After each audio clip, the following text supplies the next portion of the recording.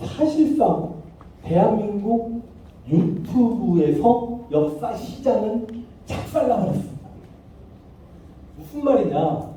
그 12월 3일 내란이 일어났을 때 제 유튜브 채널이 109만이었거든요. 1년 반이 지났는데 지금 113만 명이에요. 그때 김어준의 뉴스공장이 140만이고 매불쇼가 150만이었어요. 오면 어찌했을까? 아까 저도 사투리 써놓으니까. 왜냐면요, 지금 여기 어르신들이 상당히 많이 계셔요. 여기 나중입니다. 음영의 고향이에요. 원래 아무리 역사를 많이 공부해도 그 지역의 향토 사학자를 잊을 수는 없거든요. 그래서 저는 오늘 음영 이야기를 살짝만 들어가려고. 그래도 됩니까? 네. 요즘 여러분 뭐 때문에 화가 나요? 요즘 우리를 가장 화나게 하는 게 뭐예요? 축구 화나죠? 와. 제가 어제 오랜만에 영상을 올렸습니다. 임진왜란 제가 생각했을 때 별의별 도망자도 많았고 빌런들도 많았지만 누가 뭐라고 하더라도 군주 상조왕 이순신을 가장 힘들게 했던 윤두수, 그리고 이순신 입장에서도 정말 이러지도 저러지도 못하게 했던 빌런 원균. 근데 생각을 해보니 그 선조하고 종봉규가 비슷하고요. 그 윤두수가 원균을 삼도수군 통제사 자리에 앉혔잖아요. 근데 그 윤두수 역할을 정확히 이인생이 했더라고요. 그리고 아무리 들여다봐도 현대판 대한민국 축구계의 원균은 홍명보더라고요. 여러분 이게 농담이 아닙니다. 예를 들어서 원균이나 홍명보나 능력이 없음에도 자리만 타만 동의하시죠? 네. 아니 안 되는 걸 뻔히 알면서 스스로가 자신의 능력을 알아요. 그럼에도 불구하고 이순신을 모함해서 나는 바다에 오래 있어서 아는데 내가 한도수군 통제사가 되면 부산포를 선제 공격할 수 있습니다 라고 해가지고 이순신을 파직시키고 그 자리까지 가서 7천년 해전에서 우리 조선 수군을 괴멸시키고, 아니 뭐하러 그 자리 가서, 아니 홍명보는 뭐하러 안 되는 능력으로 대한민국 국가대표팀 감독을 맡아서 이렇게 국민들에게 분노감을 불러일으키고, 맞죠? 네. 그리고요, 진짜 둘 다 무능합니다. 무슨 말이냐면 어떤 원균 입장에서는 전장에서 보냈던 사람이기 때문에 전투, 전쟁하는 게 자신의 전공이죠. 홍명보는 평생 축구만 했던 사람 아닙니까? 그런데요, 실제로 전공 분야에서 먹고 살면서 전공 분야와 맞지 않아서 일반인만도 못한 경우가 많아요. 제가 공부해본 바에 의하면 원균이 그렇고 홍명보가 그래요. 왜냐? 원균은 이순신 장군과 몇 년을 같이 다녔습니까? 이순신 장군이 어떻게 전쟁을 치렀고 전투를 어떻게 했던 것만 학수하고 흉내만 냈어도 7천년에서 그렇게 바보같이 지지 않습니다. 홍명보는 히딩크랑 같이 축구했잖아요. 이거 재미없어? 이런 거 하지 마요. 바로 쏙 들어가요? 아니 제가 너무 화가 나서 그래요. 히딩크랑 같이 축구를 했잖아요. 히딩크한테 이만큼 마음이 컸어. 누구는 그래요. 야, 7천년 해전에서 원균이 꼭 100% 잘못한 게 아니고 기본적으로 조총의 사정거리가 일본이 능났던 측면도 있고, 당시 7천년에서 조선 수군을 괴멸시켰던 일본의 시바지는 기존의 다른 부대보다도 용맹했고 그런 이야기를 합니다만, 그 7천년 해전에서 괴멸당했던 조선의 수군들은 이순신과 6년 가까이 동고동락하면서 그 수많은 전투에서 한 번도 패배해본 적이 없는 전투 경험이 어마어마하게 많았던, 쉽게 말해서 총사령관 한 명만 이순신에서 원균으로 바뀌었을 뿐이지, 지휘체가 동일했던 부대가 그 리더 한 명 바꿔가지고 그렇게 작살이 나버려요. 지금 축구를 볼까요? 여러분 그 시대의 아이콘적인 스타들이 이렇게 동시대에 우리가 만날 수 있습니까? 각각이었으면요, 뭐 손흥민 시대가 당연한 거고, 이강인이 한 5년만 늦게 태어났으면 이강인 시대였고, 김민재가 한 20년 전 축구 선수였으면 김민재 시대입니다. 그런 세 선수를 보유하고 또 이렇게 이야기하면, 야, 3명만 잘한다고 축구가 되냐? 11명이 다 잘해야지. 아니 그럼 히딩크는 송종국이 유명해서 송종국을 발굴했습니까? 김남일 이름 석자를 누가 알아서 우리가 김남일을 알았습니까? 박지성도 어디 꼴짝이 있는 박지성을 누가? 그게 감독의 역할이잖아요. 근데 그 홍명보는 못 알아들으신다. 축구 선수 이름을 함부로 말하기가 그래가지고. 그런데다가 원규는 딱 이수진은 시기 질투했고 홍명보는 딱 손흥민은 시기 질투하는 게 누가 봐도 닮은 꼴이더라. 그래서 요즘은 제가 좀 여기 화가 나 있었는데 얼마 전에 그 영상을 올렸더니 속이 다 시원하다라고 이야기하는 분들이 계셔서 저 다시 한번 이야기해봤습니다. 여러분, 은병의 고장 나주입니다. 이게 제가 좀 나주에 대해서 하고 싶은 이야기, 여기 나주 분들이 많으시죠? 네. 그러니까 나주 이야기를 중심으로 한번 은병 이야기를 한번 쭉 이끌어 가볼 수 있도록 하겠습니다. 어디를 향해서? 자, 나주곰탕. 하얀 집 좋아하신다. 노란 집 좋아하신다. 전 고향이 광주예요. 그리고 아버지가 이제 돌아가서 듣게 됐습니다만 할아버지랑 상소가 저기 완도의 고궁도입니다. 그러다 보니까 그 명절마다 고궁도를 광주에서 왔다 갔다 해야 돼요. 예전에 제가 어렸을 때는 항상 그 강진 마량에서 배를 타고 건너갔고 이제 그 다음에 이제 다리가 나아졌죠. 근데 무조건 그 명절에 행사처럼 저희는 성묘 갔다 돌아오는 길에 나주 곰탕을 먹습니다. 근데 이제 다들 더 아시겠지만 명절에 문을 여는 집이 있고 안 여는 집이 있고 왔다 갔다 하잖아요.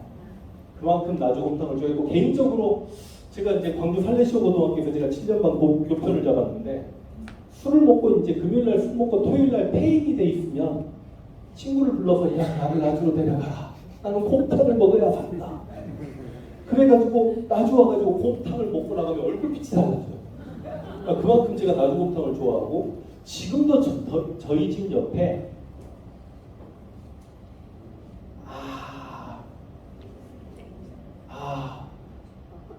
우리 선생님 지금 안 계시나? 우리 동네에 곰탕집이 무슨 집이지? 금계동 있습니까? 나주에? 아니구나. 금계동 나주 곰탕집이 있어요. 그래서 또 저희 아들이 그렇게 나주 곰탕을 좋아해요. 역사포, 사막, 그쵸?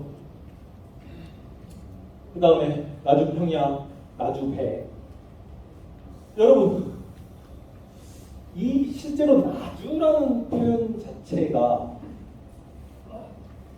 왕건이 나주를 점령하고 나주라고 불렀다라는 이야기가 있습니다만 전라도가 이게 지금 무슨 지도입니까? 고려 5도 양계 지도죠. 그러니까 고려 현종 때 5도 양계 지방 제도가 만들어지면서 여기 보면 전라도 빨갛게가 안 되죠? 맨 위에 있고 맨 위에 보고 있어요. 이렇게 가는구나. 전라도가 전주와 나주를 앞글 따가지고 전라도라고 한다는 걸 아마 알고 계실 겁니다. 맞죠? 네. 자, 그리고 이제 나주 반남고 이거 가보셨다 손 한번 들어보십시오. 와, 많이 가보셨네요. 이게 지금은 학교에서 약간 일본의 전방 후원분 고분, 그러니까 그 장고용 고분이라고 해가지고 한때 일본의 전방 후원분 고분보다 시기가 더 빠르다. 그러니까 무슨 말이냐면 이 고고학적으로 우리가 저기 주몽이 부여에서 내려와서 고구려를 세웠고 그 주몽의 아들이었던 원조와 비류가 남쪽으로 내려왔죠. 주몽의 부인이었던 송헌호와 함께. 그래서 원조에 의해서 백제가 건국됐다. 물론 원조가 주몽의 친아들인지 아닌지는 몰라요. 그러나 초기 고분을 통해서 볼 때 고구려의 장군총 고분과 백제 지금 서울에 있는 석천동 고분의 형태가 돌무지 무덤으로 같아요.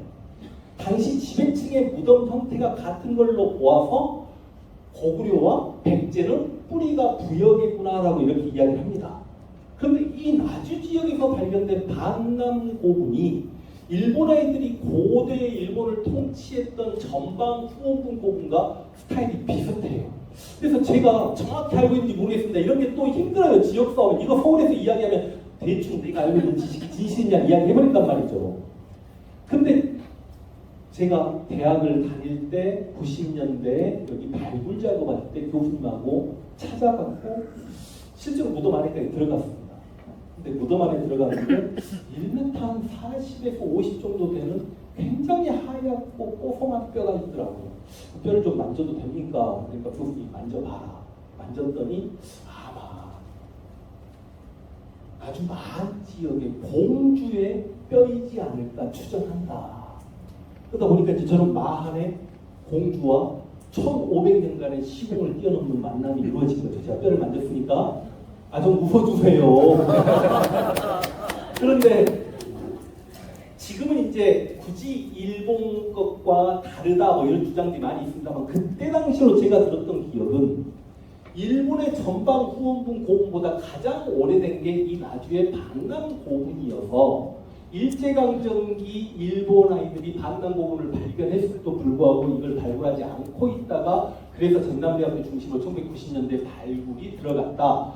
뭐 탐사 축적 연대를 해봤더니 일본의 전방 고분보다 시기가 오래됐다. 그래서 이러쿵 저러쿵 하다 보면 일본의 지배층들은 이 마한 지역에서, 나주 지역에서 건너갔던 사람인 것 같다. 이거 제가 틀릴 수 있습니다, 원장님. 그런 이야기를 잠깐 들었던 적이 있다는 말씀과 더불어 그냥 반남 고분은 지나가도록 하겠습니다. 그리고 이제 여러분, 실제로 왕건이 당시 궁예의 명을 받고, 왕건이 이제 저기 지금 송화, 개성 지역의 해상색을 이끌고 있었기 때문에 해상색을 이끌고 나주까지 와서 나주 지역을 탈환하는 과정에서 여기 나주 오씨 장화왕과 이렇게 만나가지고, 다들 알고 계시죠? 이 이야기를 안 해도 되죠? 나주 분들이시니까. 그래서 이런 사례 이야기해요, 끝까지. 그렇죠. 그리고 여러분 이제 고려시대 보면 최근에 고려 거란전쟁 드라마가 있었습니다. 현종이라는 인물이 나왔죠.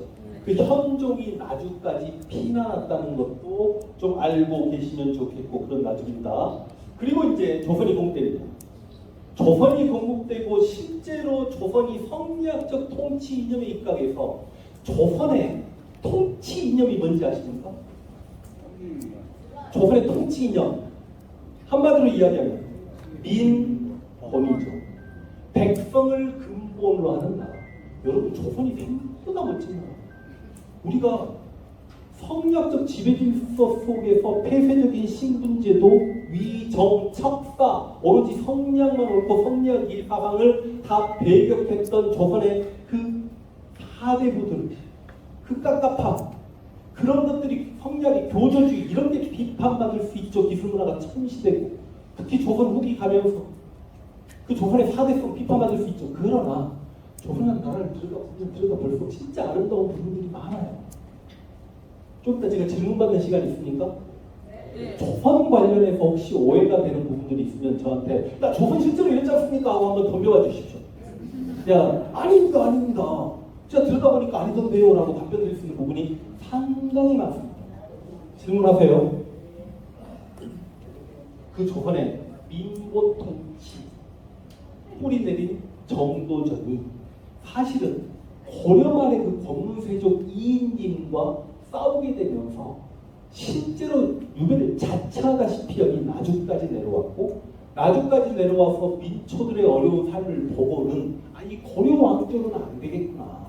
새롭게 역성혁명에서 새로운 나라를 만들어서 이 백성들을 위한 나라를 만들어야 되겠구나 라고 정도전이 생각했을 때 나주 사람들을 보고 그 생각을 했단 말이죠. 우리가 지선 또 나주 사람들이니까 여기까지 알고 가야 되지 않을까라는 생각을 하면서 이제 진짜 오늘 의병 이야기 한번 좀 해볼 수 있도록 하겠습니다. 의병장 중에 여러분들에게 가장 중요한 인물, 가장 유명하신 분이 누구십니까? 개인적으로 우리나라에서 가장 유명한 의병장? 임진왜란에서 그럼 누구예요? 곽재우. 곽재우 왜 유명한데요? 제가 여러분들 말씀드렸잖아요. 임진왜란사를 65편 2년에 걸쳐서 책을 들여다보고 강의를 찍었습니다. 저는 솔직히 제가 전라도 사람이어서 하는 이야기가 아니라 곽재우가 뭘 했는지 잘 모르겠어요. 여러분, 곽재우는 실제로 거병할 때 기껏 해봐야 자기 주변 하인들, 머슴들 50명 데리고 출발합니다. 경상도에는 김면이라는 굉장히 훌륭한 의병장이 계셨습니다.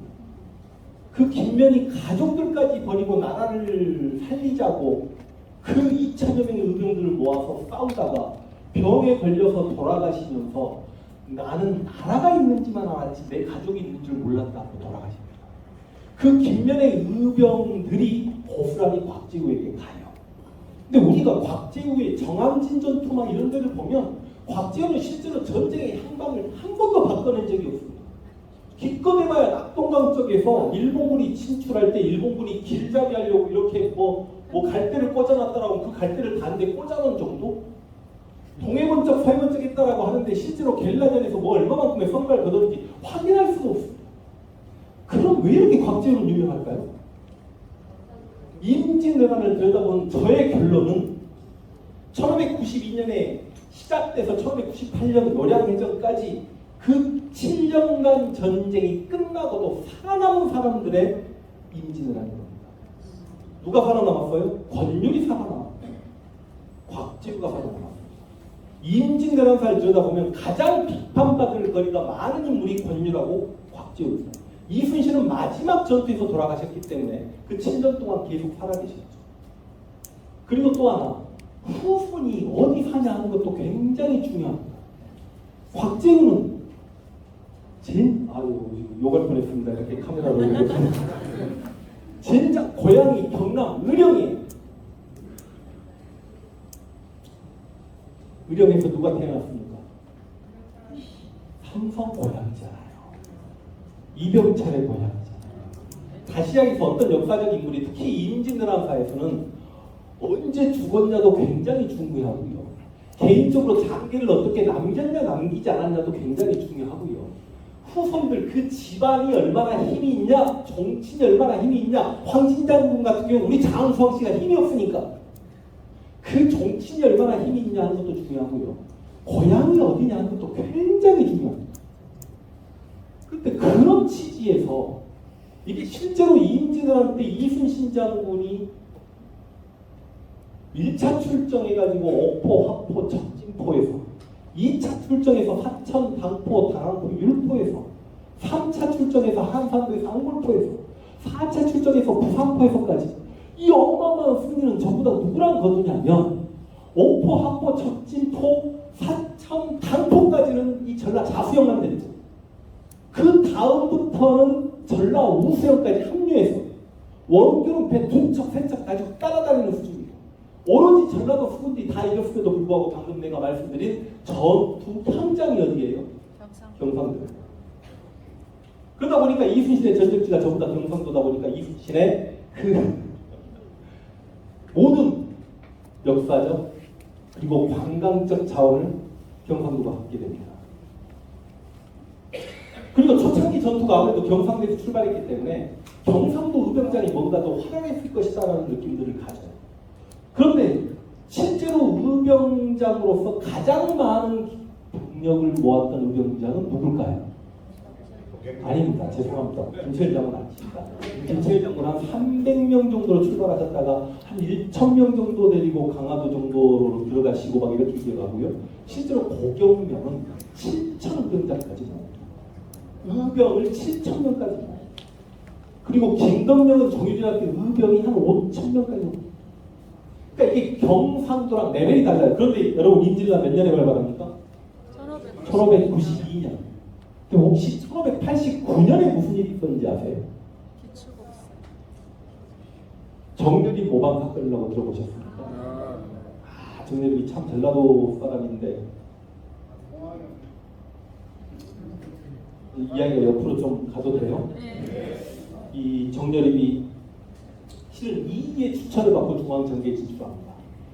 그러면 이이가 자신의 스승이나 다름없는 입장임에도 불구하고 이 정여립이 상당히 이이에 비판적이에요.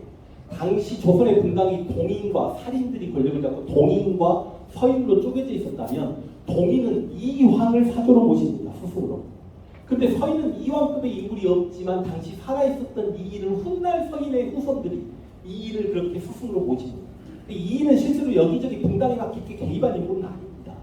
그럼에도 불구하고 정여립이 막상 중앙정계에 진출해서 젊은 살인이었던 동인들과 친하게 지내면서 약간 이이에게 비판적 어조로 말을 하기도 하고, 그리고 정여립이 선조 당시 왕을 만날 때마다 전하 통촉하여 주시옵소서 하면서 제대로 머리를 숙여서 절을 해야 되는데 절을 살짝 대충하고 항상 눈으로 이렇게 선조 얼굴을 흘끔흘끔 봤다라는 기록들이 나오니 선조가 정여립을 별로 좋아하지 않고, 그러다 보니까 정여립이 하나는 관직 생활이 맞지 않는 것 같아 고향인 전라북도로 내려와서 월급 그냥 대동계를 만들어요. 이 대동계는 양반부터 노비까지 누구나 평등하게 한 명의 계급으로 대동계에 가입이 가능합니다. 이게 어찌 보면 양반들이 노비들과 함께 뛰어다니고 뭐 군사훈련도 받기도 해요. 같이 생활을 했다는 것 자체가 어찌 보면 조선의 폐쇄적인 신분 질서의 방위를 든 것이기도 하고, 그랬던 정렬입이 대동계를 이끌면서 공부를 시킬 때마다 뭐라고 이야기하냐면 세상은 공물이다. 주인이 없다. 저 주인이 없는 공물에 군주라고 불리는 것들이 하나가 멍청한 놈이 군주를 하고 있으면 마음 백성들이 고통 속에 빠지게 된다.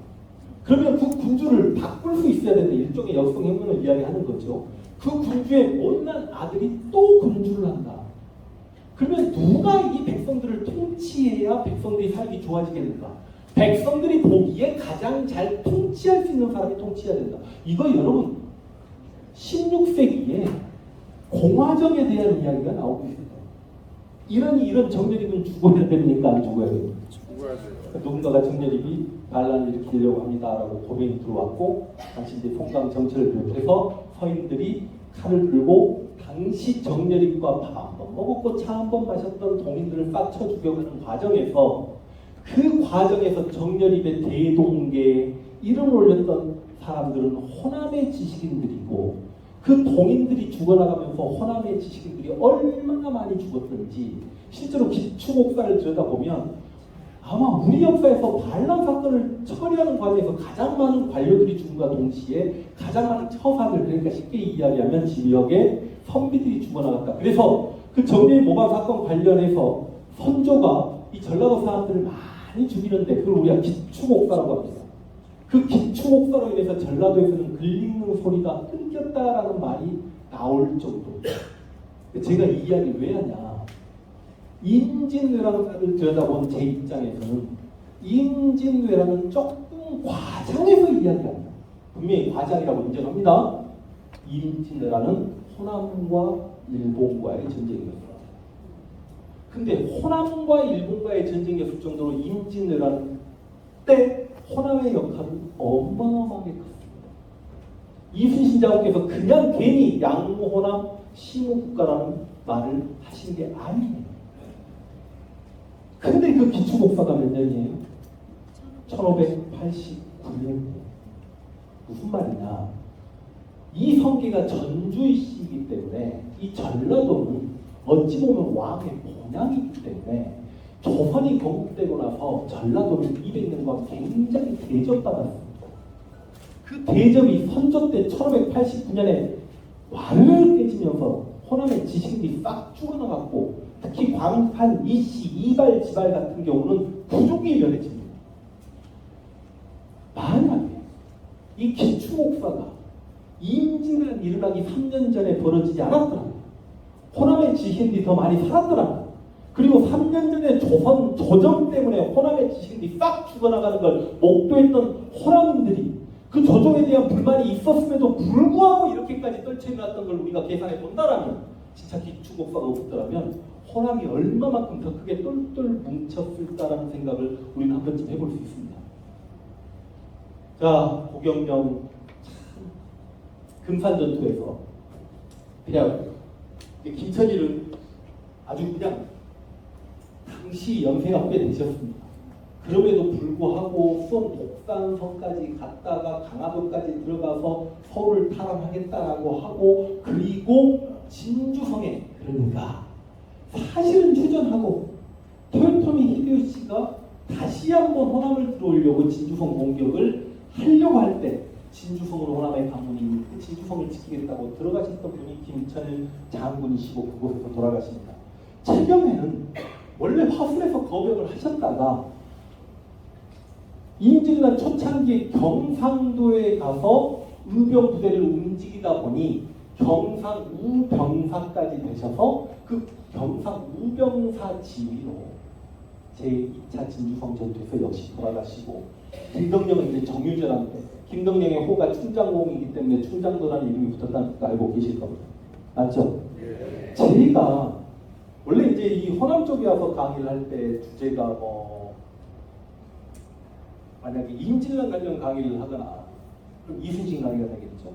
그리고 호남은 역사의 정의로에서 비켜서지 않았다라고 이야기하면서 숨어있는 인물을 이야기하면 황진장군 중심으로 보통 강의를 합니다. 그러면 이제 그게 2차 진주성 전투가 되는데 여기서는 지금 굉장히 압축을 했습니다. 여러분 황진라는 장군이 있습니다. 그러니까 제가 임진란사를 65편을 찍어내면서 그리고 이순신의 바다라는 책을 쓰면서 당연히 이순신 장군은요 정말 존경할 만합니다. 여러분 그러니까 이렇게 생각하시면 돼요. 우리가 어렸을 때부터 이야기를 계속 듣고 자라왔어요. 세종대왕, 광개토대왕, 이순신, 김. 왜 특히 그래요? 특히 세종대왕, 이순신. 왜 그렇게 유명해요? 들여다보시면 그럴만해요.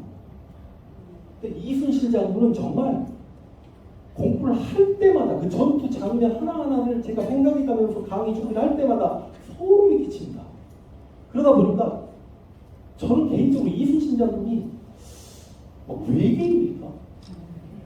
아니면 먼 미래에서 타임머신 타고 와가지고 임진란 때 원래 이순신이라는 인물이 없어서 조선이 바로 패망해가지고 한 400년간 일본의 식민 통치를 당하고 있으니 한 500년 후에 타임머신이라는 게 만들어져가지고 그 500년 전으로 와가지고 역사를 바꾸기 위해서 오신 분일까? 여러분 이게 그냥 웃을 일이 아니에요. 여러분 이순신 장군이 만든 배 뭐예요? 거북선이죠. 그럼 거북선이 실제로 파노선에 뚜껑 올려가지고 근데 왜 그런 생각 자체를 했는지도 신기하잖아요. 쟤네들이 조총을 가지고 있다는 걸 아는 듯이. 맞죠? 근데 거북선을 만들면 거북선이 진수돼가지고 이제 진수식이라고 합니다. 바다에 나가서 이 애가 제대로 움직일 수 있는가, 제대로 뭐 파도를 겪어내면서 포를 제대로 쏠 수 있는가. 이게 쉽게 이야기해서 시범 항해를 해봐야 되는 거 아니에요? 거북선 진수식 했던 날이 언제인지 아십니까? 1592년 4월 12일이에요. 임진란 발발하기 하루 전날. 타임머신 걸 동의하십니까? 여러분 이제 실제로 격투기 선수나 권투 선수도 점수 나이가 어렵죠. 이순신 장군께서는 몇 점 몇 승을 하셔요? 23점, 23승. 근데 해석하기에 따라서 60점을 싸우셨다라고도 하고요. 근데 제가 들여다봤을 때는 23점 중에 한 1무 정도가 한 2무 정도 장문포회전 이러는 게 말고는 원사이드 게임으로 이기십니다. 그러니까 왜 어떻게 해요? 이순신 장군으로 가버렸어요. 그러니까 얼마나 이순신 장군이 훌륭하신가 도대체 이해가 안 되는 이야기를 한 번만 해볼게요. 아니 23전 23 점수를 해요. 무슨 권투 선수입니까? 그리고 거북선 만든 것도 대단하지 않아요? 동의해 주세요. 네. 그렇게 멋있는 배를 본 적이 있어요? 없어요. 전 제가 만약에 문화재청장이면 한강에 거북선 20대 막 100대 뛰어버리겠습니다. 왜냐하면 한 번 보면 잊혀지지 않는데. 아니 우리가 스페인에 가면 뭐 투가 있고 중국에 가면 만리장성 있고 일본에 가면 오사카성이 있고 그 랜드마크들이 있잖아요. 영국 가면 테임즈강에 그 시계탑이 있고 뭔 말인지 이해가 되시죠? 네. 우리 랜드마크는 뭔데? 거북선만 범시장이 없어요. 그걸 만드신 분이 여러분 난중일이 있었어요. 이게 얼마나 기적적인 건지 아십니까? 임진왜란의 3대 기록물이 유성룡의 징비록,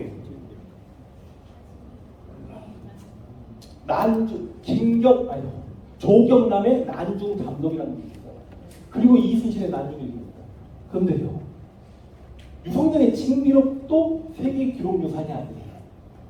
세계 기록유산에 등재된 여러 것, 여러분이 뭐 아시다시피 조선왕조 실록도 있고 승정원 일기도 있고 굉장히 많아요. 통신사 기록물 막 이런 것들도 있고. 근데 세계 기록유산에 등재된 것들 중에 개인 기록물은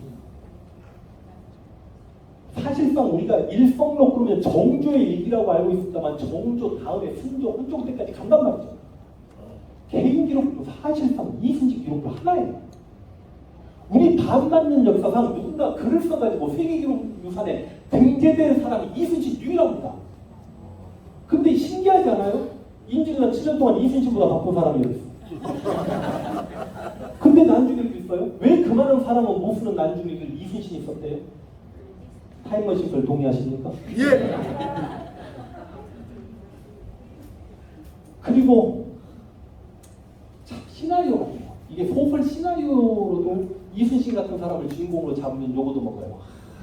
왕은 선조 그 못난 군주에다가 우리 역사상 최악의 빌런 원균은 이순신을 그냥 신적으로 그렇게 힘들게 한 데다가 당시 나라는 무능했고 더 이상 판옥선을 만들어줄 수 있는 능력을 가진 조선이 아니어서 자신이 무너지면 이 조선이 그냥 망한다는 걸 알고 있는 그 고독감을 혼자 가지고 있는 상태에서 백기정분 당해가지고 끌려가서 고문당했는데 어머니가 자기를 보러 오시다가 어머니가 서해바다에서 돌아가시고 다시 내려와가지고 12척 배를 모아서 울들목에서 명량에서 이겨냈는데 정유재란 이후에 아이고 맞죠? 정유재란 때 이제 저 북쪽까지 올라갔던 일본군들이 셋째 아들을 죽이니까 이순신 장군이 아들이 돌아가시고 나서 난중일기를 보면 하늘에 해가 사라졌다 하늘이 까맸다라고 표현합니다. 그리고 부하들 앞에서 울지를 못해요. 창고에 들어가서 엉엉 우십니다. 그래서 나는 내 아들이 죽었음에도 불구하고 마음 놓고 울어보지도 못했다. 떼굴떼굴 구르십니다. 부모 마음이 당연한 거 아닙니까? 그러다 보니까 이게 시나리오적으로도 너무 고독한 삶을 사셨고 그러다가 마지막 전투 노량해전은 실제로 우리가 이순신 장군의 가장 큰 대첩을 한산도 대첩이라고 보고 있습니다만 규모만 따지면 결코 그렇지 않아요. 한산도 대첩 이후에 남의 제권을 이순신 장군께서 잡으셔서 그렇지 실제로 적의 본질을 두드러 까보니 부사포회전이 훨씬 큽니다. 그리고 정유재란 때 이 진리 명나라 제독이 와가지고 이 검은도를 당시에 뭐라고 했습니까? 무슨 포회전이죠? 하여간 그 해전이 훨씬 큽니다. 그리고 진짜 규모가 큰 건 노량해전입니다. 규모로만 따지면 한산도 대첩이 한 3배 되는 해전입니다. 왜냐하면 당시 모든 해전을 통틀어서 일본군도 최대 병력이었고 조선군도 최대 병력이었고 명나라까지 왔기 때문에 실제로 정말 1차 세계대전 이전까지 세계사에서 가장 큰 해전이 노량해전입니다. 노량해전에서 가장 큰 승리를 거두셨습니다. 승리하는 방식도 굉장히 다양합니다. 실제로 이임진년부터 싸울 때는 원사이드 게임을 하십니다. 우리 조선의 포의 사정거리가 길기 때문에 우리의 피해를 최소화하면서 이겨내는 전투를 하십니다. 그러다가 막상 명량에서 일본군이 서해바다로 돌아나가는 걸 막아야 되는 상황에서는 죽을 걸 무릅쓰고 그냥 완전히 인파이터 복수가 되십니다. 그리고 그 노량해전 돌아가시기 직전까지 그 7년 동안에 조선의 주력선이었던 판옥선을 단 한 척도 잃은 적이 없었던 이순신 장군이 노량해전에서는 판옥선을 포기하면서까지 한 명의 일본군이라도 더 죽이려고 하십니다. 그 전투 상황에 따라서 싸우는 방식이 그리고 그 마지막 전투에서도 내 죽음을 적에게 알리지 말라가 아닙니다. 내 죽음을 우리 부모들이 알지 못한다 하면서 마지막 전투에 돌아가십니다. 이런 시나리오를 가진 인물이 어디 있어요? 그러니까 이순신 장군은 정말 존경해도 한없이 존경해도 세계사에 이만큼 뛰어난 인물이 있을까 할 정도로 존경해도 됩니다. 그런데 그럼 제가 임진왜란을 공부하고 나서 이순신 장군을 제외하고 진짜 딱 한 명의 이순신 장군 바로 밑에 선무 1등 공신에 군율, 이순신, 원균이 들어가잖아요. 그건 선조가 뽑은 거고 황현필한테 선무 1등 공신은 제가 무슨 자기가 되는지 모르겠지만 뽑아라라고 하면 저는 이순신과 황진과 정문부를 넣습니다. 그냥 이렇게 말씀드릴게요. 황진이라는 사람이 없었으면 이순신이 있어도 조선은 망했습니다. 그만큼 1592년에 압도적으로 싸웠던 게 황진입니다. 근데 제가 오늘 황진 자료를 준비해 오진 않았어요. 근데 왜 이 말을 했냐? 지금 남도우병 여기 박물관을 쭉 돌아보니까 황진에 대한 2차 진주성 전투부터 시작해서 상당히 기록들이 있더라고요. 그래서 해도 되겠구나 하고 지금 이야기를 꺼내버렸습니다. 해도 됩니까? 네. 제가 하도 황진 하니까 혹자는 이 조상인지 맞아요. 장사였어요. 그래서 실제로 국회에 가서 이제 황진이 남원 출신입니다. 그래서 남원 시장도 오시고 장황시 정치인들 국회에 다 오셔가지고 황진 강의를 했더니 와 정치인들 오셔서 제 손을 잡고 꺼이꺼이 우셔요. 근데 실제로 진짜 임진왜란사를 들여다보면 이 황진이라는 인물이 정말 대단합니다. 근데 왜 안 알려졌을까? 아까 이야기했죠. 곽재우는 고향이 의령이다. 황진은 고향이 남원이다. 그리고 곽재우는 7년 전쟁이 끝나고도 살아남았다. 황제는 1593년에 돌아가셨다. 이 차이거든요. 그러니까 지금 이제 제가 자료를 제시하지 않겠습니다만 이 황진이라는 인물이 이쪽으로 보시죠. 큰일 났네.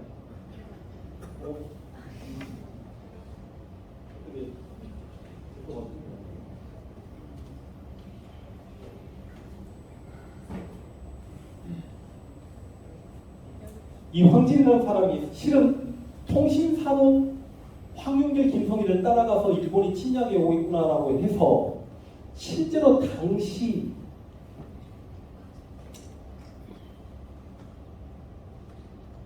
화순의 현감이에요. 무슨 현감이죠? 동복 현감이에요. 그러니까 당시 조선 입장에서 모르면 여쭤보면 바로 대답이 되는 거거든요. 왜냐하면 우리가 조선의 지방간을 이야기할 때는 관찰사가 종이품이 있고 부유, 부사, 목사, 군수, 현령, 현감이 있어요. 이 현감은 종육품이에요. 종육품이면 진짜 지금으로 치면 뭐 근데 중이나 대위 정도. 근데 여기 황진이 분명히 일본이 쳐들어올 걸 알고 700명의 별동대를 준비해 놓고 있었어요. 그랬다가 어찌저찌 했다가 나중에 일본 아이들이 생각해 보십시오. 이순신이 여수에서 바다를 틀어막고 있으니 일본군은 지금 한양까지 넘어섰지만 서해바다를 일본군은 남해바다로 돌아가지고 서해바다로 가서 영산강으로 금강으로 한강으로 임진강으로 대동강으로 군량미나 여러 가지 보급품이 들어가야 되는데 그 길목을 이순신이 한산도에서 딱 막고 있어요. 그리고 또 하나 토요토미 히데요시가 자신의 부하들을 이 조선에 보낼 때 각 도에 쉽게 말하면 도지사 각 도를 하나씩 먹게 합니다. 그럼 누군가에게는 전라도를 주겠죠. 전라도를 누구에게 주냐면 고바야카와라는 인물에게 줍니다. 오늘 제 강의가 좀 길어져도 됩니까? 이거 지금 이야기하면 길어집니다.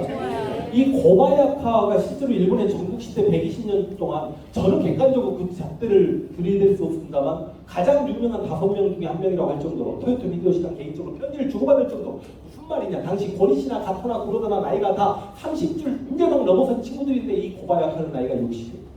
그러니까 쉽게 이야기해서 전장에서 가장 동떨어져 있었고 가장 곡창지대인 가장 좋은 땅을 고바야카에게 준 겁니다. 이 고바야카가 자기 땅이 이제 전라도라고 생각하니까 이 전라도로 들어옵니다. 이 고바야카가 전라도로 들어왔을 때 전라도가 먹히게 되면 전쟁은 그냥 끝납니다. 왜냐? 팔도가 유린당했습니다. 1선발 권희씨는 경상도에 출발해서 한양을 뚫고 평안도까지 갔고 2선발 가토나 한경도까지 갔고 3선발 구로다는 지금 황해도 들어가고 4선발 신라전은 강원도를 먹었습니다. 다 털렸어요. 전라도 하나 남았어요. 전라도가 발목 역할을 합니다. 전라도에서 쌀이 다 나옵니다. 근데 이 전라도를 먹히게 되면 전라도만 먹히는 게 아니라 이순신이 육지로 공격당한 이순신이 이제 어디로 가요? 누군가가 육지로 여수를 공격하지 않도록 전라자수형 이순신을 누군가가 지켜줘야 될 거 아닙니까? 그 고바야카가 전라도로 들어오려고 할 때 고경명이 아까 이야기한 6,000명, 7,000명 의병과 함께 금산에서 맞서다가 고경명이 패합니다. 그리고 그 고바야카 부대가 둘로 쪼개져가지고 앙코쿠지라는 스님이 일대를 이끌고 웅치 전투, 웅치를 넘어서 전투로 들어가려다가 웅치에서 전라도 그 의병들과 전라도 군인들의 격렬한 저항에 웅치를 넘었지만 그러니까 이게 웅치 전투가 어마어마했던 게 이렇게 이야기하면 좀 경상도 좀 기분 나쁠 수도 있겠습니다. 물론 부산성 전투, 동래성 전투 열심히 잘 싸웠어요. 박진 같은 장 잘 싸웠고 수성전을 전개하면서 조총 소리 듣고 놀라가지고 패했던 게 임진왜란 초창입니다. 근데 이 전라도 사람들은 수성전을 전개한 게 아니라 야전 고개에서 목숨을 걸고 일본군과 맞짱을 이 웅치 전투만 갖고 제가 막 영상을 웅치 전투만 막 30분을 하고 했어요. 그래서 영상을 찾아보십시오. 그 웅치를 넘어서 이 앙코쿠지라는 이 앙코쿠지가 또 얼마나 유명한 놈인지 이야기를 하면은 제가 이해가 그렇지 않습니다. 일본의 그 세키가라 전투에서 토요토미 히데요시 세력을 딱 3명 죽여요. 도쿠가 이에야스 저쪽 에도마쿠를 나중에 세운 쪽에서 그 중에 한 명이 앙코쿠지. 어마어마한 새끼입니다. 이 앙코쿠지가 웅치를 넘었다가 웅치에서 너무너무 잘 싸우니까 이 조선의 군인들에게 감동을 먹어서 시신을 구하다가 조선의 의로운 강과 뭐 용맹한 쓸개 해가지고 편말을 세워줍니다. 그리고 안동원에서 진을 쳐요. 이 진을 칠 때 황진이 일본군이 남원 쪽으로 온다라는 전라도 관찰사 이광의 명을 듣고 남원 쪽에 급하게 있다, 그게 거짓적 부인 걸 알고 돌아와가지고 안동을 급습해버립니다. 이게 지금 사료로 제시를 해줘야 내 말을 믿을 텐데 선조, 수정, 실록, 연례식 기술 등등을 보여주면서 황진이 일본군을 섬멸해버렸다. 그냥 쉽게 말해서 요즘 말로 작살을 내버렸다. 인들한테 그런 거 보신 적 있어요? 없어요. 왜 영화나 드라마 보면은 동네 성전도 부산 번지부터 패한 장면만 나오잖아요. 이일이 상주에서 도망가고 신입이 탄군돼서 다 찍겠지. 근데 바로 몇 달 후에 전라도에서는요, 황진이 안동원에서 전투를 지켜요. 그러니까 고바야카가 이제 직접 옵니다. 누군가는 고바야카가 직접 오지 않았다고 이야기하는 사람도 있지만 직접 와요. 이걸 이치에서 황진이 이 사료로 여러분이 보여드려야 눈물 지고 와 이게 실제 상황이에요. 왜 전라도? 왜냐면 여러분 임진왜란에서 가장 중요한 건 전라도 방어전이에요. 전라도만 무너지면 전쟁이 끝나요. 근데 이 고객길에 있는 전라도 방어전은 뭔가 드라마나 영화에서 성을 막 지키기 위해서 싸우는 게 그 영상적으로 막 그 좀 뭔가 싸우는 느낌이 있다. 고개에서 막 이렇게 하는 것보다 이게 안 알려져서 그렇지 웅치 이치 전투의 승리는 어마어마합니다. 실제로 일본인들은 서로 이제 전쟁이 끝나고 나서 교류하는 과정에서 야 임진년에 너희가 가장 크게 이겼다고 생각하는 전투가 뭐야? 우리는 한산도 대첩이야. 우리는 진주 대첩이야. 우리는 행주 대첩이야. 그럼 야 너희가 가장 뼈아픈 전투는 뭐야? 일본인들이 생각할 때 자신들의 임진왜란 7년 전쟁을 통틀어서 가장 큰 패배를 치졌더라고요. 그 이치를 못 넘어서 전투를 점령하지 못했다. 가장 최고의 전력을 가진 고바야카가 이치에서 막혔다고요. 그럼 이치를 지켜는 게 누구냐? 권율이에요. 근데 원래 조선은 관찰사 말고 부윤부사, 목사, 공세령이 서로 명령을 못 내립니다. 근데 하필 권율이 일주일 전에 전라도 순찰사가 돼서 명령권자 얘기를 했어요. 근데 권율 장군은 문신 출신이에요. 공간이에요. 전쟁 못해요. 그리고 나이가 60이니까 죄송하지만 제가 싸워도 권율하고 이겨요. 그러나 연세도 드셨고 애국심이 있으셨어. 그러나 전쟁을 어떻게 할지도 몰라 우리가. 그 수많은 이순신의 전투를 보고도 그 이순신 옆에서 얼마나 많은 부장들이 그리고 얼마나 많은 군인들이 목숨을 바쳐 싸웠지만 그걸 이순신의 승리라고 이야기하는 근거는 뭐냐면 그 전쟁을 준비하고 어디서 전투를 치를 것이냐 실제로 전투에 대한 전체적인 명령을 누가 내느냐가 제일 중요한 거잖아요. 이순신이 다 했습니다. 그래서 이순신의 승리. 그럼 이치 전투 병력을 어떻게 배치할 것이며 엄폐물을 어떻게 만들 것이며 어디에 사수를 어떻게 배치할 것이며 실제 전투 지휘를 누가 다 해요? 황진이 다 해요. 그래서 지금도 이치에 가면 황진의 전적비가 있고 황진 사당이 있고 다 그쪽에 있습니다. 나중에 이치에서 황진이 이렇게 싸워서 이겼구나라고 해가지고 황진의 표기가 높아집니다. 그러다가 이 황진 장군이 수원 독산성 근처에서 적지를 정탐하다가 적의 매복에 걸려요. 네? 자신이 포위망에 뚫고 들어가고 다른 사람들 살려내려다가 황진 장군이 이제 안 돌아오니까 조선의 백성들이 생각할 때도 조선의 최고 장수는 황진이에요. 근데 이 황진이 안 돌아오니까 조선의 백성들이 군인들이 물어요. 우리 최고의 명장을 잃었다. 황진이 맨몸으로 일본군 진영에 들어가가지고 1박 2일 동안 적진을 헤집고 다니면서 말을 타고 살아서 독산성으로 돌아오는데 당시 황진의 수염이 관음장처럼 길어요. 이 수염에 피고드름이 맺혀가지고 살아서 돌아옵니다. 우리 이런 장수 본 적 있나요? 없어요. 저거는 문양에 빠져가지고 무지들만 있고 일본 사무라이들하고 몇 대 1로 싸워도 치고 관음요포 같은 장수가 있었어요. 여기도. 그러다 보니 임진년에 1592년에 조선의 모든 장수를 통틀어서 승진 랭킹 1위가 황진이 됩니다. 그리고 황진이 종육품 현감에서 종이품, 정사품, 여기 도병마, 도병마, 충청도 병마 절도사까지 올라가요. 그랬던 황진이 자기 충청도 병마사임에도 불구하고 나중에 휴전 직전에 안성의 죽주산성을 점령해 봅니다. 안성이 조선시대 얼마나 중요한 길목의 요지인지 아시죠? 그러다 보니까 사실상 제가 볼 때는 황진이 죽주산성 안성을 점령하게 되니 이 새끼들 휴전하지 않을 수가 없어요. 부산과 한양사의 길목이 끊기니까. 그 휴전을 이끌어낸 게 황진입니다. 그리고 이제 휴전하고 일부는 전부 부산으로 내려가요. 근데 그 전에 토요토미 히데요시가 진주성 패배에 대한 불만이 있었어요. 진주성에서 김시민 장군이 한 4일 정도, 5일 정도 잘 싸워가지고 일본군이 2만 군대 침략을 물리친단 말이죠. 그래서 그 진주성 침략을 다시 명령합니다. 근데 그냥 명령하는 정도가 아니라 조선에 출정 있는 모든 장수 다이묘들을 똑바로 들어라. 만약에 지난번처럼 진주성을 점령하지 못하고 패배하면 너희 영지를 몰수하겠다. 그리고 너희 가족들을 내가 벌모로 잡고 있다가 너희 가족들을 싹 죽이겠다. 농담이 아니라 실제 상황입니다. 그러다 보니까 일본군이 두 번째로 진주성을 공격에 들어가는데, 제가 이제 진주성 강이라는 여기가 1군 어떤 부대, 2군 어떤 부대, 3군 어떤 부대 나오는데 기가 막힌 새끼들이에요. 일본 역사에서 우리나라로 치면 을지문덕, 강감찬, 이순신이 한 팀에 있습니다. 그러니까 이게 임진왜란을 어디서 특보적 장수들이 와가지고 조선을 휩쓸고 갔으라고 하지만 이게 잘못된 상식이에요. 실제로 일본에서도 가장 인기 있는 친구들이 조선 출정을 다 했습니다. 그 친구들이 10만 병력으로 진주성을 공격해 옵니다. 10만 병력. 그러니까 임진왜란의 모든 전투, 실제로 전투가 수백 번이 있었고, 우리가 알고 있는 전투, 유명한 전투도 수십 번인데 그 많은 전투를 합쳐도 2차 진주성 전투 근처도 못 가요. 우리가 임진왜란 3대 대첩이라고 이야기하는 게 한산도 대첩, 행주대첩, 진주대첩. 내가 권율을 편애하려고 하는 게 아니에요. 행주대첩은 벽제간에서 명나라 군대를 이기고 쉽게 생각해서 3만군의 일본 병력이 그냥 소풍 오듯이 왔는데 권율이 10시간 막아요. 사실상 그 10시간 막은 것도 권율은 전쟁을 몰라가지고 야 여기서 죽겠네. 그 아들 배불리 먹여 죽자. 조경이라는 장군이 아닙니다.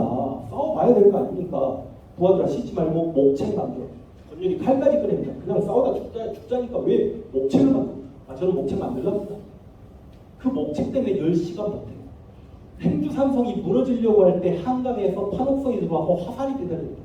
그러니까 일본군들 입장에서 우와 이순신이 서해바다 타고 여기까지 들어왔는데 놀래서 군대를 풀어서, 근데 저는 그게 3대 대책인 게 아쉬워요. 2차 진주성 전투는 10만에 일본의 유명한 모든 진가들 그냥 다 모여가지고 8박 9일 동안 10만 병력이 진주성 하나를 공격합니다. 자, 이렇게 10만 병력이 오니까 선조는 저 진주성을 지키라고 합니다. 왜냐하면 휴전 협정을 깨고 진주성을 공격하는 거잖아요. 진주성을 뚫고 들어가면 호남까지 들어가겠다는 거 아닙니까? 호남을 다시 빼앗기면 이게 전쟁 양상이 또 완전히 뒤집어집니다. 호남을 빼앗겨버리면 이순신은 또 오갈 곳이 없습니다. 근데 선조가 누구에게 명령을 내려요? 당시 우리나라로 치면 육군 참모총장 도원수가 권율이에요. 권율이 2만 병력 가지고 있습니다. 야 권율 들어가. 권율이 안 들어가요. 이거 항민데요. 지금 같으면 목이 바로 잘려요. 목을 잘라버리려고 해요. 실제로 선조가. 안 들어갑니다. 그 다음 누구에게 명령 내렸을까요? 경상도 의병장 곽재욱이야. 너 들어가. 안 들어갑니다. 들어가면 뒤지는데 어떻게 들어갑니까? 명나라 군대야 진주성 들어가서 좀 싸워볼 수 있어? 명나라 군대조차 저 자식들이 우리랑 휴전해놓고 다시 공격하지만 저 10만 병력을 어떻게 안 들어갑니다. 아무도 안 들어가는 그 진주성에 전라도 사람들만 들어갑니다. 전라도 사람. 특히 누가 그걸 앞장서서 들어가요? 김일성. 진주성은 호남의 관문입니다. 진주성이 뚫리면 호남이 있대요. 김천일이 들어가고 최경희는 원래 경상우병사였으니까 진주성이 있었고 고경병의 둘째 아들 고종우까지 들어가요. 큰아들. 둘째 아들이 아니고 큰아들. 큰아들이 고종우입니까? 네. 고이루가 둘째 아들입니까? 네. 그래서 제가 아까 하계사님한테 여쭤봤거든요. 고종우가 큰아들이죠? 그랬더니 둘째 아들인데요. 그래가지고 내가 잘못 알고 있나? 근데 사실상 이제 김천일 장군도 연세가 60 정도가 되셨고 최경희 장군도 마찬가지고, 근데 아니 충청도 병마하니까 경상도에 있는 진주성과 전혀 상관이 없는 황진이 그 진주성을 지키겠다고 들어갑니다. 들어가니 실제로 경상도 백성들 그리고 병력들이 조선의 병력들이 황진 장군이 왔으니 이 진주성을 지켜줄 수 있다. 그럼 이 황진은 왜 충청도 병마사인데 충청도의 병력을 일부 놔두고 경상도 진주성으로 들어갔을까요? 김철 어르신과 약속이 돼 있었나 봐. 그럼 당시 분위기로는 조선에서 장수 랭킹 1위 용민도 랭킹 1위는 비교할 수 없을 정도로 황진이 독보적입니다. 충청도 병마가니까. 근데 황진이 진주성에 들어가려고 하니까 누군가 와서 술 한잔 먹자. 야, 넌 조선의 최고 장수인데 네가 진주성 들어가서 그렇게 개죽음 당하면 되냐? 그러지 말고 나랑 바깥에서 싸우자. 그랬더니 아니야, 싫다. 내가 그래도 김천일 어르신하고 약속을 했는데 내가 들어가야 그래도 한번 지켜볼 만하지 않겠냐? 나 목숨 걸고 들어갈란다. 그래, 알았다. 넌 들어가라. 난 도망칠게. 하고 술을 마셨던 새끼가 누구예요? 박재우예요. 왜 지금 대한민국에서 이임진이라는 사는 이 혼합을 막아내겠다고 2차 진주성에 들어가서 목숨을 잃어가면서까지 그렇게 이름 없이 사라져간 사람들을 기억하는 게 아니라 그 진주성에서 하나같이 도망자들이 훗날 이임진이나 끝날 때까지 살아가 있고 이름들을 기억합니다. 제가 지금 원래는 이거 강의를 하려고 하는 게 아니라 여기는 선조 수정실로도 이런 내용이 있죠. 어떤 사람이 말하기를 중천병사는 이런 내용이 있습니다. 근데 박재우 도망자 맞죠? 권율 진짜 도망쳤을까요? 쳤을까요? 이거 사실 살짝 있는 것 같아요. 농담이 아니에요. 보세요. 권율이 장일본에 이렇게 막 내용이 나와요. 선거 2000 홍계남군 형사로 그래서 명령이 미쳤다. 권율의 생각은 다만 예철 지켜 호남을 보존하고 부산을 보내 진주를 구할 의사가 없는 듯한.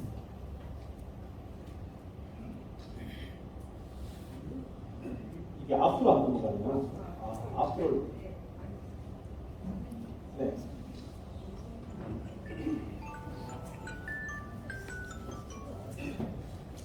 홍기남은 여러분들 이름이 좀 낯설죠? 홍길동은 다 알잖아요. 홍계남도 무력이 굉장히 뛰어났다고 합니다. 그래서 광해 나중에 허균이 홍길동대를 쓸 때 모델이 홍계남이라고 해요.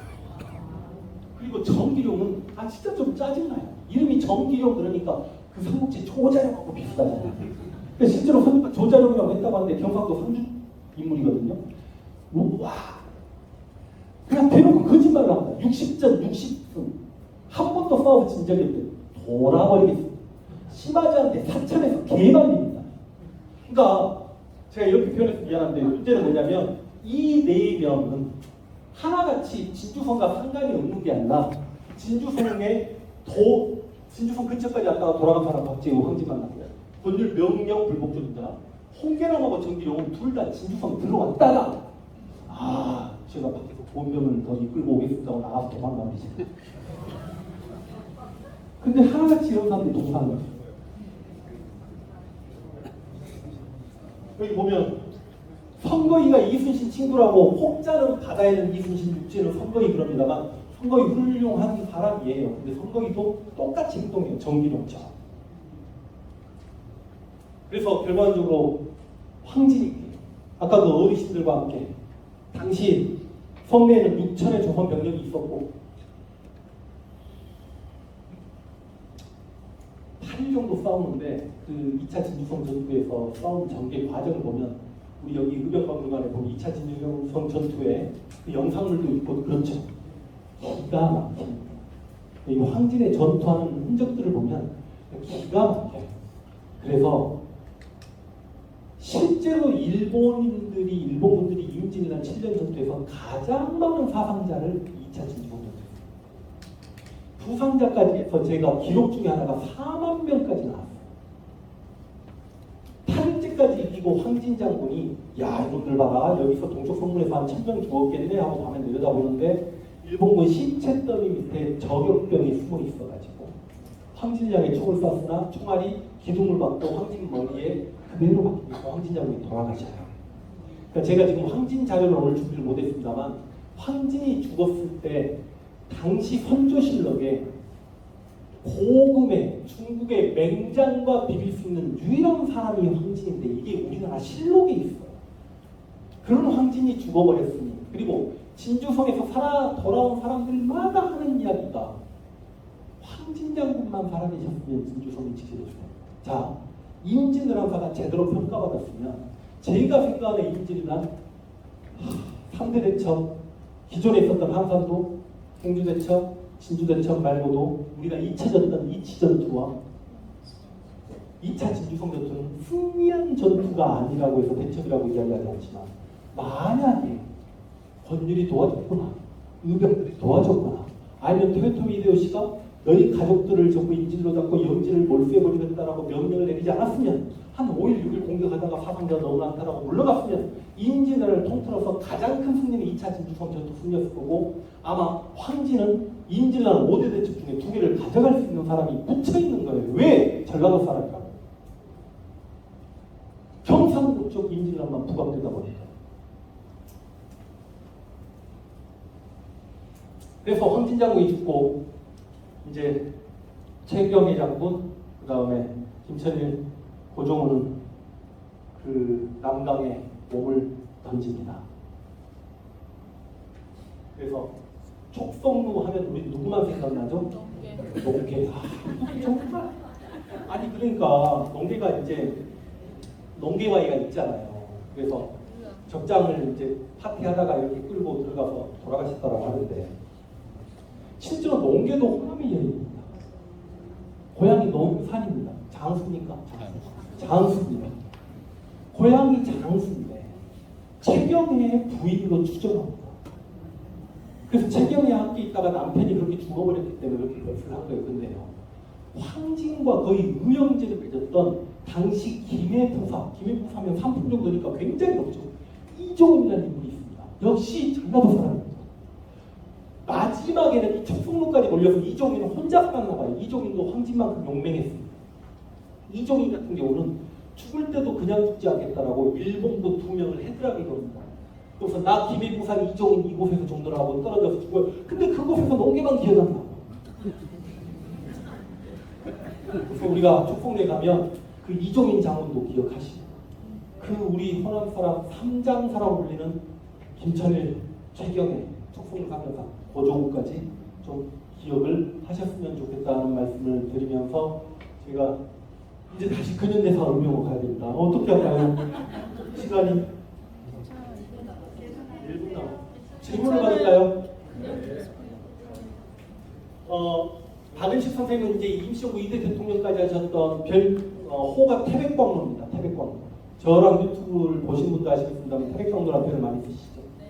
태백광로라는 표현을 많이 쓰다 보면 혹시 네 고향이 강원도 태백이냐, 아니면 아버지가 태백의 뭐 광산 노동자시냐. 근데 태백광로 너무 멋있는 거죠. 태백을 당시 조선으로 치나 나는 조선만을 위해 살아가는 미친 거야. 난 조선의 누구야. 근데 임시정부 2대 대통령까지 하셨던 박은식 선생님이 한국통사에서 나라는 형체니 사라질 수 있지만 역사는 정신이기 때문에 사라질 수 없다. 그 유명한 말씀을 하신 박은식 선생님이 독립운동 제열사에 의병을 말한다면 전라도가 가장 많았다. 그러니까 무슨 말이냐면 이 구한말의 의병은 을미을사 정미의병 들어보신 적 있죠? 을미사변 때문에 을미의병, 유인석, 이소호, 그리고 을사주약 때문에 최익현, 신돌석 같은 의병자. 근데요, 실제로 이 을미의병과 을사의병보다 규모가 컸던 게 정미의병입니다.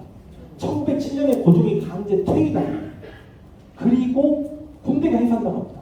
해상 군인이 그대로 합류를 해버린 거예요.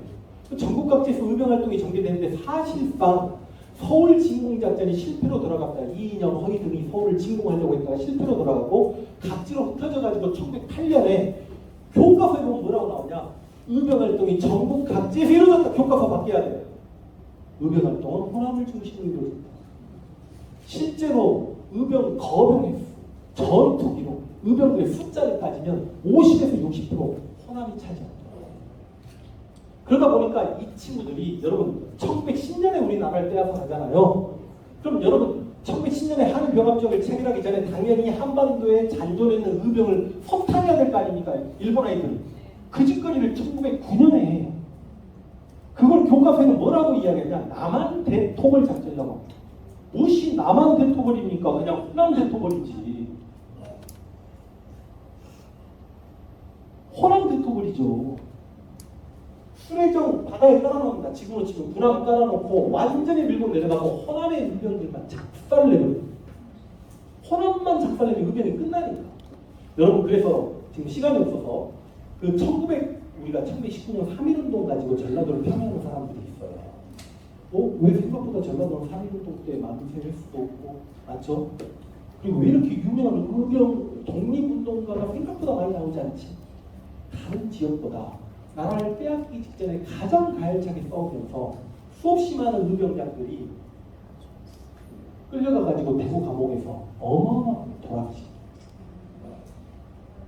그러다 보니 3.1운동이 조금 호남에서 주춤하니까 그만큼 가장 많은 타락을 받은 게 전라도다. 여러분 이렇게 좀 연결을 시켜볼게요. 토요토미 히데요시가 임진왜란 때 조선을 침략했지만 조선이 무너지는 걸 막았던 건 이순신과 전라도가 막아냈습니다. 전라도는 조선의 발목이다라는 별명을 가지고 있습니다. 실제로 발목이 무너지면 사람이 아킬레스건이 무너지면 할 수가 없죠. 그래서 제가 아까 호남, 왜냐하면 2차 진주성 전투에서 진주성을 점령했음에도 불구하고 일본군들이 다시 전쟁을 못했던 이유가 2차 진주성 전투에서 너무나 많은 사상자가 나왔기 때문에 호남 사람들이 그렇게 이겨냈습니다.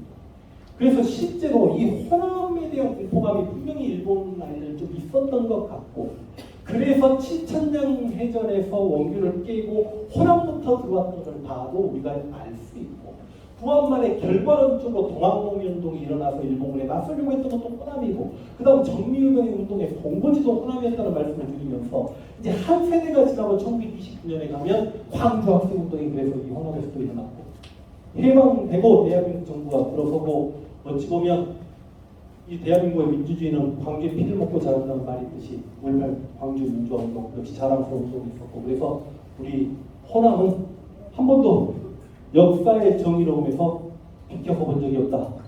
그런 자신감, 프라이드를 가지고 사는 호남인들이 되셨으면 좋겠습니다라는 말씀과 더불어 제 강의를 마치겠습니다.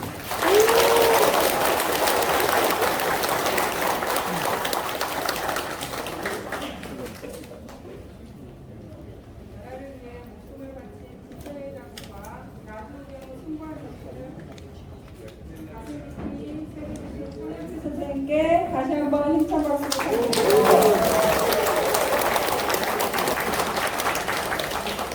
강연 주제와 관련하여 청중께 질문을 받는 시간을 갖도록 하겠습니다. 너무 어렵잖아. 주제가 의병으로 가면 그냥 다양하게. 다양하게 그러면 황현표 쌤 개인사도 되고 궁금한 내용을 언제든지 질문 주십시오. 제가 질문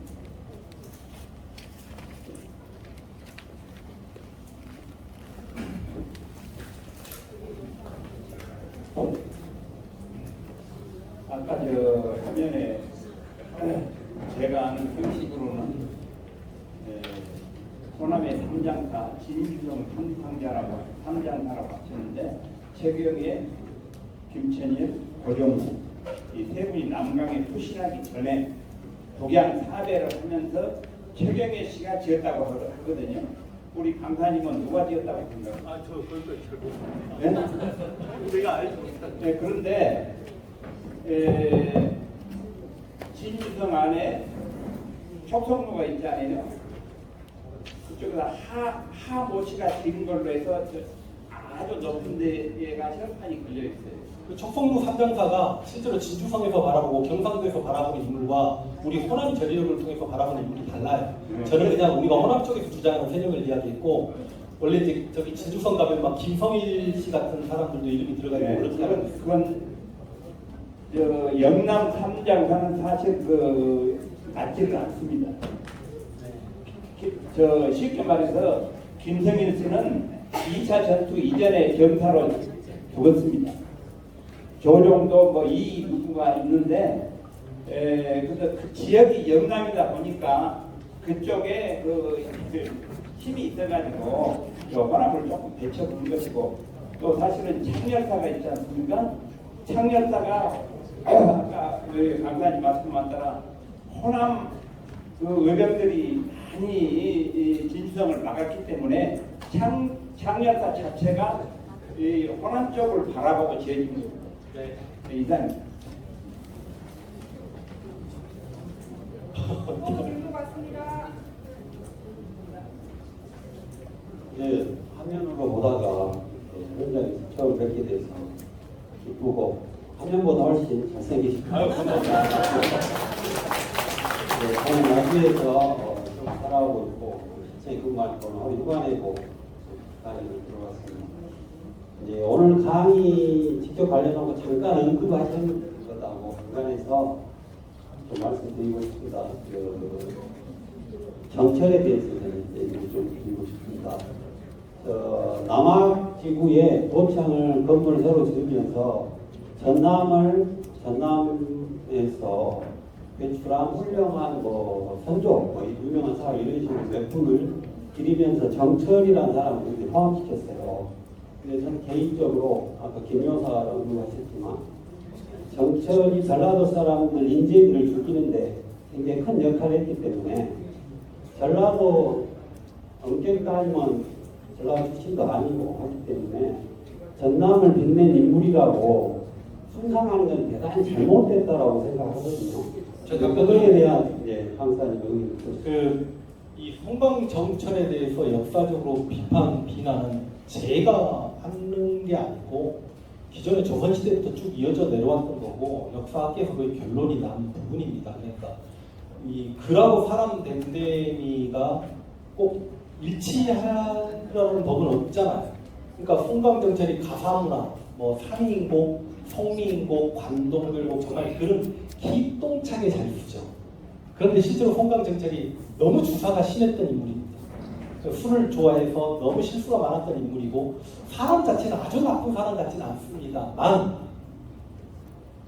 이 송방정철이 기추복사 때 정리모방 사건을 조사하는 쉽게 이야기하면 선조가 거의 칼을 준 거죠. 네가 알아서 조사해서 네가 알아서 죽일 사람들 다 각천해서 죽여. 그러다 보니까 송방정철이 너무나 많은 전라도 호남의 지식인들을 죽였고 당시 서인이었던 송방정철이 동인에게 칼을 많이 들이댔기 때문에 오죽하면 송방정철이 당시 별명이 동인백전이라는 별명을 듣게 됩니다.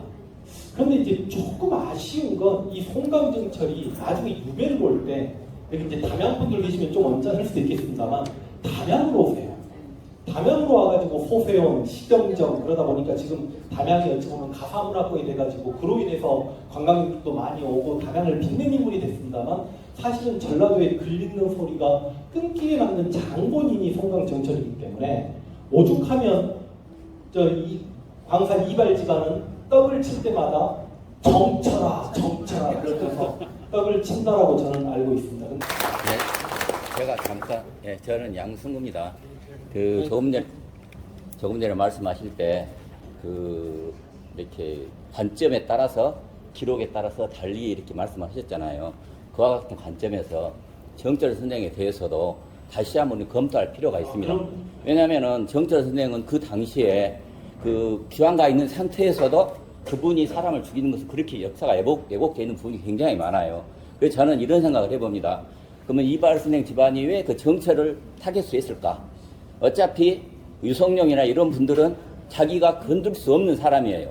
그러니까 맨마당 그 정철 선생을 타겟으로 온 것 같아요. 그런 것들에 대해서 검토가 되지 않고 지금 정철 선생 전체를 그렇게 폄훼하는 것은 다시 한번 아주 유명한 이타 강사시니까 그러니까요. 그 관점에서 다시 한번 우리가 박재호 선생이나 이런 것들의 관점을 다시 보셔야 된다.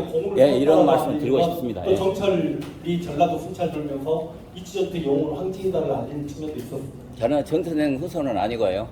그렇습니다. 질문할 거 더 없으면 이제 강연을 마무리할까요? 네. 더 있으세요? 네. 적극적으로 참여해주신 관객 여러분과 명쾌한 답변을 주신 허리필 쌤께 감사드립니다. 고맙습니다. 이것으로 남대문 역사박물관 10주년 개막기념 제1회 인문학 및 인문정신문학 강연을 모두 마치겠습니다. 다시 한번 큰 박수 부탁드립니다.